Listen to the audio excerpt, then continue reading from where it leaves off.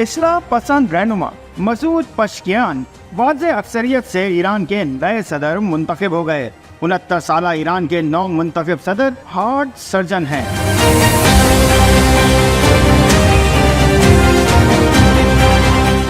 ایران میں نئے صدر کے انتخاب کا عمل مکمل ہو گیا ہے۔ ایران میں صدارتی انتخاب کے دوسرے مرحلے میں اصلاح پسند مسعود پزشکیان اپنے حریف اور سخت گیر رہنما سعید جلیلی پر بآسانی فتح حاصل کر لی۔ ایرانی میڈیا کے مطابق مسعود پزشکیان نے 1,63,00,000 سے زائد ووٹ لے کر فتح اپنے نام کی۔ صدارتی انتخاب کے دوسرے مرحلے میں 3 کروڑ افراد نے حصہ لیا۔ مسعود پزشکیان کے مد مقابل سعید جلیلی کو 1,35,00,000 سے زیادہ ووٹ حاصل ہوئے۔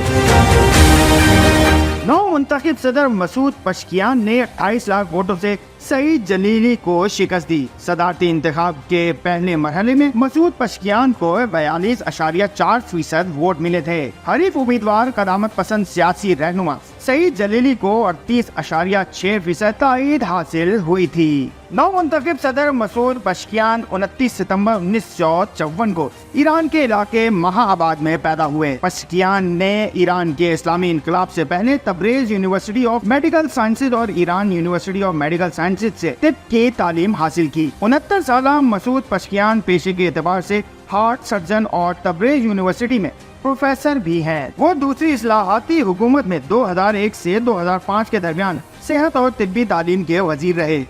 وہ 2008 سے تبریز اور آذر شہر کے حلقے سے 5 بار ایرانی پارلیمنٹ کے رکن رہے ہیں۔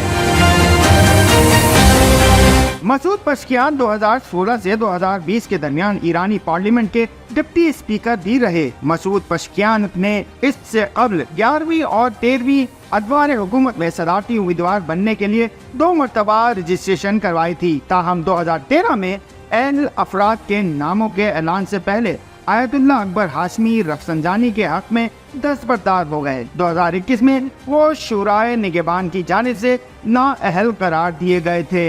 M2M اردو، جڑے رہے منٹ ٹو منٹ۔